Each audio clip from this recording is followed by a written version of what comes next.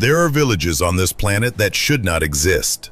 Not abandoned ruins, not ancient sites preserved for tourists. Living, breathing communities where people wake up every morning in places so extreme that survival itself is an act of defiance. Villages built on cliffs where one wrong step is fatal. Villages floating on open water with no ground beneath them. Villages inside volcanic craters where the air can kill you in seconds. And villages so isolated from the modern world that the people living there have no idea what a road looks like. Most of us would not last a week in any of these places. The locals have lasted generations, not because they have no choice, but because these impossible places are home. And home, no matter how dangerous, is something people do not leave easily. This is our countdown of the 10 most impossible villages on Earth that even locals are afraid to live in. Stay until the end, because number 1 is a community where miners descend into an active volcanic crater every night, carrying nearly their own body weight in sulfur through air so toxic it can kill in a single breath. Before we start, drop a comment telling us where you are watching from and what time it is right now. We want to see how many countries this video reaches. Number 10. Hadza Territory, Tanzania. In the dry savanna surrounding Lake Eyasi in northern Tanzania, fewer than 1,300 people live almost exactly the way humans did 40,000 years ago. No farms, no livestock, no permanent homes, no money, no government, no chief. The Hadza are one of the last true hunter-gatherer societies remaining on Earth. They survive entirely by hunting wild animals with handmade bows and arrows tipped with poison extracted from the desert rose plant, and by foraging for berries, tubers, and wild honey. Honey is so central to their diet that hunters routinely climb trees over 10 meters high, often without ropes, to reach hives defended by thousands of African bees. According to anthropologist Frank Marlowe of Cambridge University, who spent over 15 years studying the Hadza and published his findings in his 2010 book, The Hadza, Hunter-Gatherers of Tanzania, the average Hadza adult works just 3 to 4 hours per day to meet all basic survival needs. Food is shared equally among the group with no expectation of repayment. There is no hierarchy, no ownership, no accumulated wealth. They move camps every 4 to 6 weeks, carrying almost nothing. Their shelters are built from branches and grass in under an hour and abandoned without a second thought when it is time to move. What makes the Hadza remarkable is not that they live this way by necessity. It is that they live this way by choice. The Tanzanian government has repeatedly offered resettlement programs, permanent housing, and access to modern infrastructure. The Hadza have consistently refused. The modern world is less than a day's drive from their camps. They are aware it exists. They simply do not want it.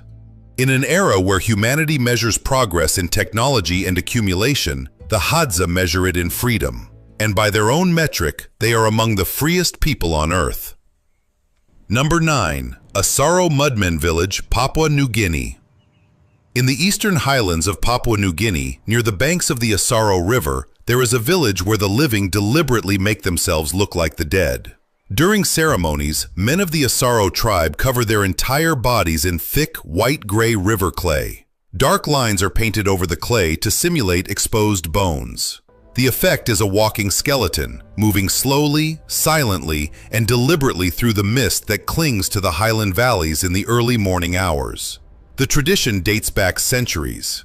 According to oral histories recorded by anthropologists from the University of Papua New Guinea, the practice originated when a group of Asaro warriors, fleeing from enemies, hid in the muddy riverbank overnight. When they emerged at dusk, caked in pale clay, their pursuers fled in terror, believing they were seeing spirits of the dead rising from the earth. The warriors realized that fear was a more powerful weapon than any spear, and the tradition was born. The masks worn during ceremonies are not clay applied directly to the face. They are sculpted helmets, baked hard with exaggerated features, hollow eyes, elongated jaws, and mouths frozen in silent screams. Each mask is unique. Each one is made to be as inhuman as possible. The Asaro do not perform these rituals for tourists, although tourism has become a source of income. The ceremonies are still tied to significant community events, initiations, territorial disputes, and gatherings between clans. The slow, deliberate movement of the Mudmen is not choreography. It is designed to look wrong, to move in a way that the human eye recognizes as unnatural. In the highlands of Papua New Guinea, where mist and mud are part of daily life, an entire village learned centuries ago that the most terrifying thing a person can become is something that no longer looks like a person. Number 8. Satan Reindeer Camps, Northern Mongolia. In the taiga forests of northern Mongolia, near the Siberian border, at elevations above 2,000 meters, fewer than 300 people remain from one of the last reindeer herding cultures on Earth. The Satan, whose name means those who have reindeer, live in conical tents called yurts, similar to teepees, that they disassemble and relocate every 4 to 6 weeks. They follow their reindeer herds across frozen forests and mountain passes, carrying their entire lives on the backs of the animals they depend on. Winter temperatures drop to -40 degrees Celsius. There is no electricity, no roads, no permanent settlements, no running water. For much of the year, the Satan are completely cut off from the nearest town, which itself is a 2-day horseback ride away. According to research published by the International Journal of the Commons in 2018, led by anthropologist Daniel Plumley, the Satan reindeer population has declined from over 2,000 animals in the 1970s to fewer than 1,000 today. The loss of reindeer threatens the survival of the entire culture, because for the Satan, reindeer are not livestock, they are everything. Reindeer provide transport across terrain that no vehicle can cross. They provide milk, which forms a staple of the Satan diet. Their hides are used for clothing and shelter, and crucially, they are rarely killed for meat. The Satan relationship with their reindeer is not agricultural, it is symbiotic. Children learn to ride reindeer before they can read. By the age of 5, most Satan children can saddle, mount, and navigate on reindeer through dense forest. There are no schools within reach for much of the year. Education, when it happens, requires sending children to boarding schools hundreds of kilometers away, separating families for months at a time. The Mongolian government has offered resettlement. Most Satan have refused. They stay in the taiga, in -40, with dwindling herds and no infrastructure, because the forest, the reindeer, and the silence are not hardships to them, they are home. Number 7. Tanah Toraja, Sulawesi, Indonesia. In the highlands of South Sulawesi, Indonesia, at elevations approaching 1,000 meters, there is a region where the dead do not leave. In Tanah Toraja, when a person dies, the body is not immediately buried. It is kept inside the family home, for weeks, sometimes months, sometimes years. The deceased is washed, dressed, and laid in a room of the house. Family members speak to the body daily. Meals are placed beside it. The dead person is referred to not as dead, but as to makula, meaning the sick one. Until the funeral ceremony is held, the community does not consider the person to have fully died. Funeral ceremonies in Tanah Toraja are among the most elaborate and expensive in the world. According to ethnographic research by anthropologist Kathleen Adams of Loyola University Chicago, published in multiple studies between 1993 and 2006, a single funeral can last 3 to 7 days and involve the sacrifice of dozens of water buffalo, with each animal valued at thousands of dollars. The total cost of a funeral can exceed the family's annual income by many times. The dead are then placed in coffins and inserted into cliff faces, sometimes at heights of over 100 meters. The coffins are carved into natural rock cavities or placed on wooden balconies jutting from the cliff. Wooden effigies called tau tau, carved to resemble the deceased, stand guard over the burial sites, their painted eyes looking out over the valley below. But the most extraordinary practice occurs during the Manene ritual held every few years. The dead are removed from their coffins. Their bodies are cleaned, redressed in fresh clothing, and walked through the village. In Tanah Toraja, death is not an event. It is not even a transition. It is an ongoing relationship between the living and the dead, maintained across years, across generations, and across the boundary that the rest of the world considers final. Number 6. Bajau Sea Villages, Malaysia and Philippines. Scattered across the Sulu and Celebes Seas of Southeast Asia, there are communities that have lived on the ocean for so long that their bodies have physically evolved to survive there. The Bajau people, often called sea nomads, build their homes on wooden stilts 10 to 30 meters above the water. Their villages have no streets, only narrow wooden planks connecting house to house above the waves. Many Bajau settlements are kilometers from the nearest land. Some families are born, live, and die without ever owning a single square meter of solid ground. Children learn to swim before they can walk. By the age of 8, most can free dive to depths of over 15 meters. Adult Bajau divers routinely descend to 60 meters or more on a single breath, staying submerged for 3 to 5 minutes without any equipment. In 2018, a study published in the journal Cell by geneticist Melissa Ilardo of the University of Copenhagen revealed something extraordinary. The Bajau have spleens that are approximately 50% larger than those of neighboring land-dwelling populations. The spleen acts as a biological oxygen reserve, contracting during dives to release oxygenated red blood cells into the bloodstream. This is not a trained response. It is a genetic adaptation. Natural selection, operating over centuries of ocean-based living, has physically altered the Bajau body to function underwater. Some Bajau communities have traditionally ruptured their own eardrums in childhood, deliberately to reduce pressure pain during deep dives. The practice results in permanent hearing damage. It also allows them to dive deeper, longer, and with less discomfort than any unmodified human being. The Bajau did not choose the sea because it was easy. The sea was all they had. And over centuries, their bodies adapted to match their environment in a way that modern science did not believe was possible in such a short evolutionary time frame. We are halfway through, and the villages ahead are even more extreme. If you are still watching, hit subscribe and turn on notifications so you do not miss the next one. And tell us in the comments, which village has been the most unbelievable so far? Last time we had viewers from over 40 countries. Let us see if we can beat that. Number 5. Makoko, Lagos, less than 5 kilometers from the gleaming skyscrapers and corporate headquarters of Lagos, Africa's largest megacity, there is a settlement where an estimated 100,000 to 250,000 people live in wooden shacks standing on stilts above a polluted lagoon. Makoko has no roads, no cars, no formal sewage system, no municipal water supply, no government planning of any kind. Every movement, to school, to market, to work, to visit a neighbor, happens by canoe, 24 hours a day.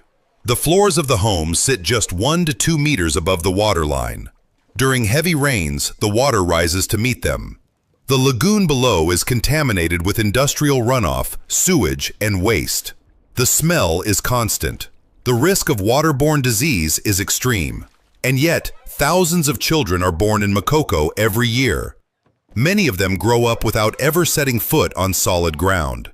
According to a 2014 report by the Heinrich Boll Foundation, fewer than 30% of Makoko residents have access to any form of sanitation facility. Medical care is limited to a handful of floating clinics operated by NGOs.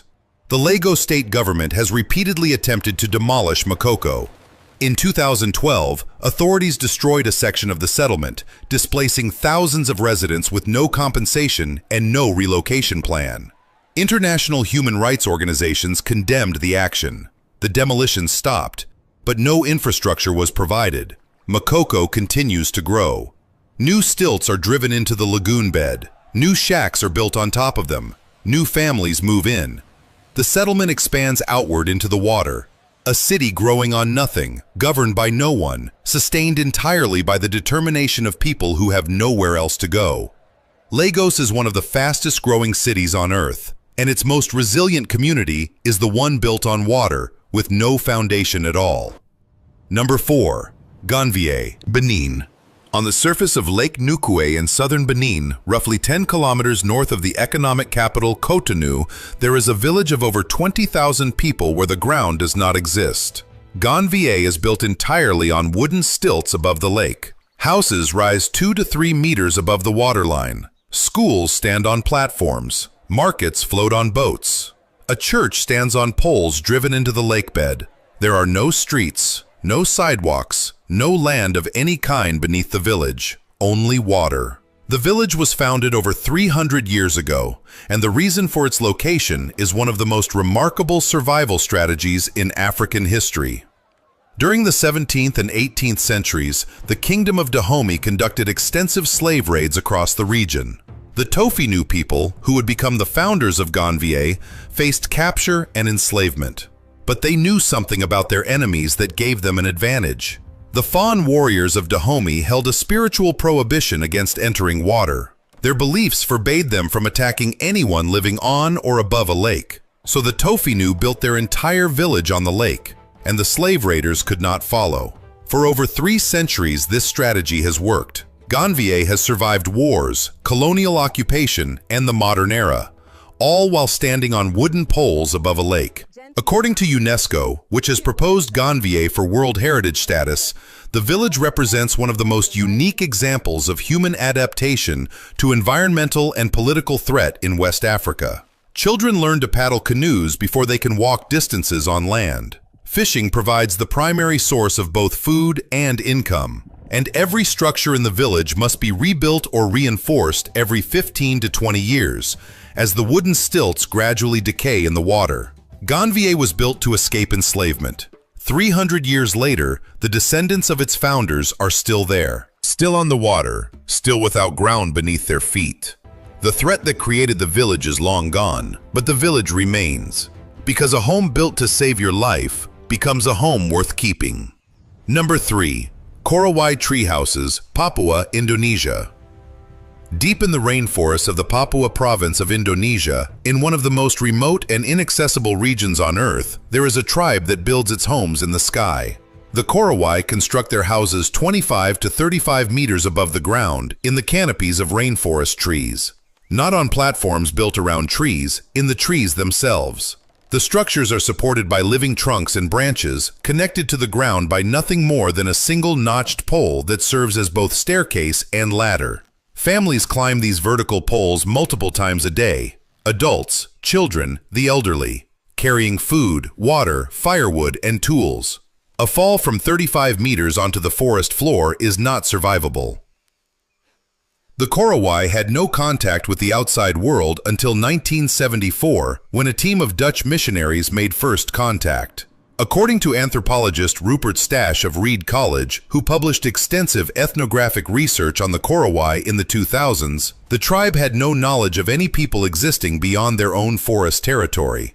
They believed the world ended at the edge of the jungle. The tree houses serve multiple survival functions. Elevation protects against flooding during the monsoon season, when the forest floor can be submerged under meters of water. Height provides relief from mosquitoes and ground-level insects that carry malaria and other tropical diseases. And the structures are defensible. The single access pole can be pulled up or destroyed in seconds, cutting off access to anyone attempting to climb uninvited. The Korowai relocate entire villages every 5 to 10 years, abandoning tree houses when the surrounding food sources are depleted and building new ones deeper in the forest.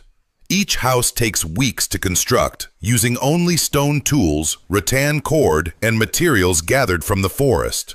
No electricity, no metal, no written language, no knowledge of the world beyond the trees. And yet the Korowai have survived for centuries in one of the most hostile environments on the planet, by building their entire civilization 30 meters above the ground. Number 2. Magingo Island, Lake Victoria. In the middle of Lake Victoria, the largest lake in Africa, roughly 12 kilometers from the nearest mainland shore, there is a rock. Not an island in the tropical paradise sense, a rock. Approximately half a hectare of bare stone rising from the water, with no trees, no soil, no farmland, and no natural source of fresh water. Nearly 200 people live on it. Magingo Island is one of the most densely populated places on Earth. Over 500 structures, mostly corrugated metal shacks, are stacked and layered on top of each other across this tiny outcrop. The population density exceeds 100,000 people per square kilometer. The average living space per person is roughly 1 square meter. 100% of the island's drinking water is transported by boat from the mainland at a cost of $3 to $5 per day per household, in a community where the average daily income from fishing is roughly the same amount. There is no plumbing, no sewage system, no medical facility, no school. The island has a few bars, a handful of small shops, and a single generator that provides intermittent electricity. In 2008, Magingo Island triggered a genuine territorial dispute between Kenya and Uganda. Both nations claim sovereignty over the rock, not because of the island itself, but because of the fishing rights it controls. Lake Victoria's Nile perch fishery generates millions of dollars annually, and whoever controls Magingo controls access to some of the richest fishing grounds in the lake. According to reporting by the BBC and Al Jazeera, between 2008 and 2012, both countries deployed police and military personnel to the island at various points during the dispute. Kenyan and Ugandan flags flew simultaneously from shacks meters apart. The dispute has never been formally resolved. Nearly 200 people cling to a rock in the middle of a lake, paying for every drop of water, sleeping in spaces smaller than a prison cell, living at the center of an international border conflict. Not because they are trapped, because the fish in the water around that rock are worth more than comfort, more than space, and apparently more than the agreement of two nations on whose rock it actually is. Before we reveal number 1, look at the subscribe button. If it is not red yet, fix that. And drop a comment telling us which impossible village shocked you the most. We read every single one. Number 1. Kawah Ijen Mining Villages, East Java, Indonesia. And now, the village where people go to work inside a volcano. On the eastern tip of Java, Indonesia, at the rim of the Kawah Ijen volcanic crater, roughly 2,400 meters above sea level, there are small communities whose economy depends entirely on one thing: sulfur. And to get it, miners must descend into the crater itself. Every night, beginning well before dawn, men from the surrounding villages begin the climb to the crater rim. They carry no oxygen tanks, no gas masks, no protective clothing. Most wear only cloth wrapped around their faces and rubber sandals on their feet. They carry 2 empty woven baskets connected by a wooden pole that sits across their shoulders.